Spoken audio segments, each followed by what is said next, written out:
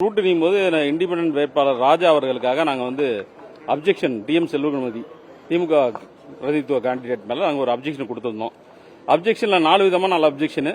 அதில் முக்கியமான அப்ஜெக்ஷன் இந்த வருஷம் நாமினேஷன் ஃபார்ம்லேயே அவர் அவரோட பிரமாண பத்திரிகையிலையும் நாமினேஷன் ஃபார்ம்லையும் ஃபால்ஸாக டிக்ளரேஷன் பண்ணியிருக்கிறதா சொல்லியிருக்கோம். அதில் அவர் இப்போ விடுதலை பெற்ற கேஸை மட்டும்தான் அவர் காட்டியிருக்காரு. பழைய 2 கேஸில் குற்றம் சாட்டப்பட்டு தண்டிக்கப்பட்டு பின்பு விடுதலை செய்யப்பட்ட பிளசன்ட் ஸ்டே வழக்கு மற்றும் கலர் ஸ்கேம் ஸ்டே வழக்கை மறைத்துள்ளார். ஆகையால் அதன் அடிப்படையில் செக்ஷன் பிரிவு 31 பிரதிநிதித்துவ சட்டப்படி அது குற்றமுறை ஒரு செய்கையாகும். 17 படி அவர் 2 வாக்காளர் அட்டை வச்சிருக்காரு.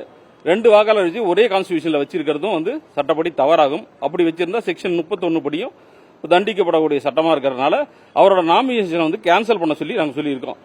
3வதா அவரோட ப்ராப்பர்ட்டி அவரோட ப்ராப்பர்ட்டி அவரோட மனைவி ப்ராப்பர்ட்டி பத்தி சொல்லியிருக்காரு.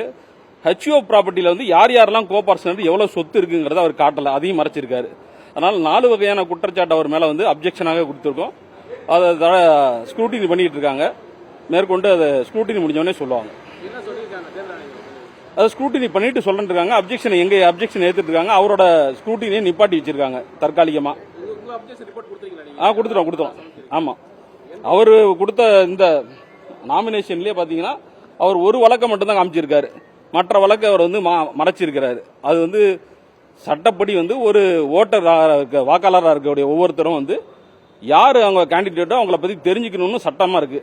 அப்படி அவங்களோட குற்ற பின்னணி மற்றும் அவங்களோட சொத்து அசையா சொத்துக்களை பற்றி ஒவ்வொரு வாக்காளரும் தெரிஞ்சுக்கணும், ஒவ்வொரு ஓட்டரும் தெரிஞ்சுக்கணுங்கிறதா சட்டம். அப்படி சுப்ரீம் கோர்ட் மீண்டும் சொன்னதுக்கு அப்புறமாவும் இந்த டிக்ளரேஷன் வேண்டுமென்றே சில விஷயங்களை மறைச்சு அவரை நல்லவர் போல காட்டி போட்டிருக்கிறதுனால நாங்கள் அப்ஜெக்ஷன் தெரிவிச்சிருக்கோம். அது ஸ்க்ரூட்டினிக்காக வச்சிருக்காங்க. தற்காலிகமா அது ஸ்க்ரூட்டினி பண்ணிட்டு என்ன பதில்னு சொல்றேன் 1 மணி நேரமா நிப்பாட்டி வச்சிருக்காங்க.